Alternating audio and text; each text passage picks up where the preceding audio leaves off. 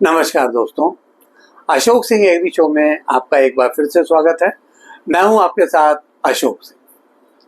काली मिर्च दुनिया के सबसे लोकप्रिय मसालों में से एक है। अपने अनोखे स्वाद, सुगंध और औषधीय गुणों के कारण ये सब्जियों तथा पकवानों में अनिवार्य रूप से प्रयोग की जाती है। वैश्विक स्तर पर बदलते स्वाद की प्रवृत्तियां, प्रोसेस फूड का बढ़ता व्यवसाय और क्रीमी प्रोटीन आहारों का प्रसार इस मसाले की मांग को लगातार बढ़ा रहे हैं। इसके साथ ही हेल्थ केयर और एरोमेथेरेपी में इसकी औषधीय मांग भी बढ़ती हुई देखी जा सकती है। भारतीय किसानों के लिए काली मिर्च एक लाभकारी तथा आकर्षक आय सृजन करने वाली फसल साबित हो सकती है, बशर्ते उचित तकनीक और बाजार समझ का इस्तेमाल किया जाए। काली मिर्च का मुख्य उपयोग फूड इंडस्ट्री में मसाले, प्रिजर्वेटिव तथा फ्लेवर एडिटिव के रूप में किया जाता है। फार्मेसी और हर्बल ट्रीटमेंट में भी इसका काफ़ी महत्व है। इसके प्रमुख उत्पादक देशों में वियतनाम, भारत, इंडोनेशिया और ब्राज़ील शामिल हैं। हाल के वर्षों में वियतनाम काली मिर्च के एक्सपोर्ट में आगे रहा है, जबकि भारत में विशेषकर मलबार क्षेत्र यानी केरल और कर्नाटक, गोवा, अरुणाचल प्रदेश में इसका गुणवत्तापूर्ण उत्पादन होता है। आज का एपिसोड इसी खास विषय के विभिन्न पहलुओं पर आधारित है। कार्यक्रम शुरू करने से पहले हर बार की तरह आपसे अनुरोध करना चाहेंगे कि इस वीडियो को पूरा देखें, ताकि इसमें दी जाने वाली जानकारियों से लाभ उठाकर अपनी आमदनी को आप भी बढ़ा सकें। आप बिना अधिक देर किए आते हैं आज के विषय। हमारे देश में काली मिर्च की परंपरागत खेती केरल के मलाबार तटीय क्षेत्रों में केंद्रित रही है। आज कर्नाटक, तमिलनाडु, गोवा, असम तथा पूर्वोत्तर राज्य भी उत्पादन में अच्छा खासा योगदान दे रहे हैं। इसकी उन्नत किस्मों और कुशल प्रबंधन से उत्पादकता को बढ़ाया जा सकता है, पर जलवायु के प्रति अति संवेदनशील फसल होने के कारण ठोस जलवायु प्रबंधन आवश्यक है।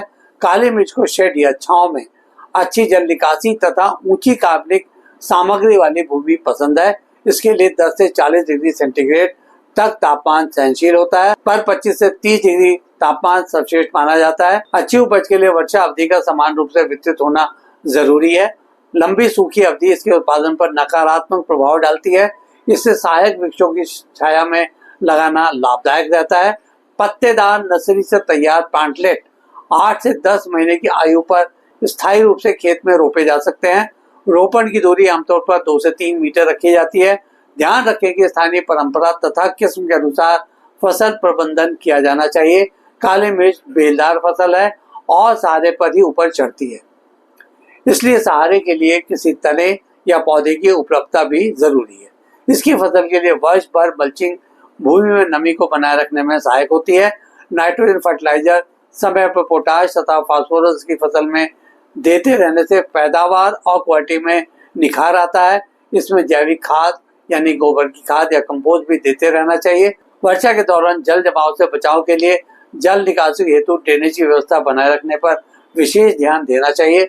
सहायक वृक्षों का चयन करते समय प्रकाश, नमी तथा जड़ स्पर्धा पर ध्यान देना नहीं भूलना चाहिए। काली मिर्च के प्रमुख रोगों में पत्ती झुलसा, फुट रॉट, फंगल संक्रमण और वायरस समस्याएं शामिल हैं। मुख्य कीटों में पत्ती खाने वाले कीड़े, क्लोजिंग बीटल तथा काली मिर्च माइट्स का नाम लिया जा सकता है। इनके जैविक नियंत्रण के लिए ट्राइकोडर्मा पैरासिटिक फंगी का उपयोग करने के अलावा पौधों का नियमित निरीक्षण, पौध रहित नर्सरी स्टॉक और ड्रेनेज सबसे प्रभावी उपाय कहे जा सकते हैं। केमिकल ट्रीटमेंट केवल आवश्यक होने पर ही करना चाहिए। इसके मृदा और पर्यावरणीय प्रभाव को भी ध्यान में रखा जाना चाहिए। काली मिर्च के पौधों पर फूलदार गुच्छे दिखने पर कटाई की जाती है। इसकी कच्ची बेरियों यानी ग्रीन बेरीज को उबालकर और सुखाने पर काली मिर्च बनती है। कटाई के बाद फल को 10 से 15 मिनट तक उबालना चाहिए, ताकि बाहरी छिलका सिकुड़े और बाद में धूप या ड्रायर में सुखाना चाहिए। पारंपरिक धूप में सुखाने से गुणवत्ता पर असर पड़ सकता है। नियंत्रित ड्रायर से रंग तथा स्वाद निखरता है। सुखाने के बाद नमी का स्तर 10 से 12% तक रहना चाहिए। भंडारण के लिए ठंडी, सूखी और हवादार जगह चुननी चाहिए। काले सड़े धब्बे और कीट से बचाने के लिए पैकेजिंग एयर टाइट होनी जरूरी है। काली मिर्च अंतर्राष्ट्रीय बाजार में स्टैंडर्ड ग्रेड प्रकार की होती है। इसकी गुणवत्ता यानी कि रंग, तेल सामग्री, भार, साइज और शुद्धता कीमत निर्धारित करते हैं। एक्सपोर्ट के लिए फूड सेफ्टी स्टैंडर्ड, फफूंद मुक्त प्रमाण पत्र और सही पैकेजिंग आवश्यक है। किसान सीधे सहकारी समितियों, एग्री बायर्स या स्थानीय एजेंट्स के जरिए अपनी फसल को बेच सकते हैं। इसके वैल्यू एडेड उत्पाद जैसे पिसे मिर्च, ग्राउंड पेपर, ऑर्गेनिक ब्रांड आदि से बेहतर रिटर्न मिलते हैं। किसानों के लिए नजदीकी प्रोसेसिंग तथा कोल्ड स्टोरेज सहकारी के सेटअप फायदेमंद होते हैं। इन सुविधाओं का फायदा उठाना चाहिए। देश के कई कृषि अनुसंधान संस्थान बेहतर रोग प्रतिरोधक तथा अधिक उपज देने वाली काली मिर्च की किस्मों पर काम कर रहे हैं। जैविक खेती के लिए मार्गदर्शक पैकेज और इंटीग्रेटेड पेस्ट मैनेजमेंट यानी IPM योजनाएं विकसित की जा रही हैं, पर यह ध्यान रखें कि नई किस्में अपनाने से पहले स्थानीय परीक्षण तथा एक्सपर्ट से सलाह अवश्य लें। इसमें कोई दो राय नहीं कि काली मिर्च की अच्छी बाजार कीमत किसानों को आकर्षित करती है और तो और कम लागत पर निर्यात योग्य मसाला होने के कारण इसका लाभ भी काफी आकर्षक हो सकता है। इसके व्यावसायिक जोखिमों में मौसम अनियमितता, फफूंदी या रोग प्रकोप, बाजार मूल्य अस्थिरता और प्रारंभिक निवेश आदि का उल्लेख किया जा सकता है। छोटे किसान समूहों में काम कर प्रोसेसिंग तथा ब्रांडिंग कर अपने लाभ को बढ़ा सकते हैं। चलते चलते किसान भाइयों के लिए कुछ सावधानियां और प्रैक्टिकल टिप्स। ध्यान रखें कि रोग मुक्त नर्सरी से ही काली मिर्च के प्लांट लें।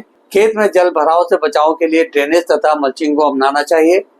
फसल का नियमित निरीक्षण करें और रोग के शुरुआती लक्षण दिखते ही जैविक नियंत्रण आजमाएं।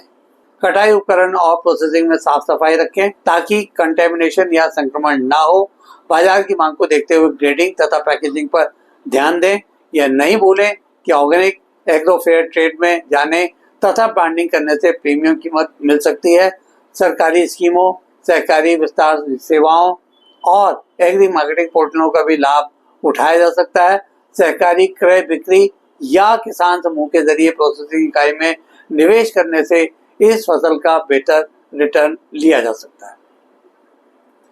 आज के एपिसोड में बस इतना ही दोस्तों। कल एक नए विषय पर चर्चा करने के लिए दोबारा इसी समय पर हाजिर होंगे। दोस्तों, आपको अगर ये वीडियो पसंद आए तो उसे लाइक करें, शेयर करें और हमारे चैनल को सब्सक्राइब करना ना भूलें। आपके पास कोई सवाल या सुझाव तो कृपया कमेंट बॉक्स में लिखें। हम आपके सवालों का जवाब देने के लिए हमेशा तैयार हैं। कल एक नए विषय के साथ फिर आपसे मुलाकात होती है। तब तक के लिए नमस्कार।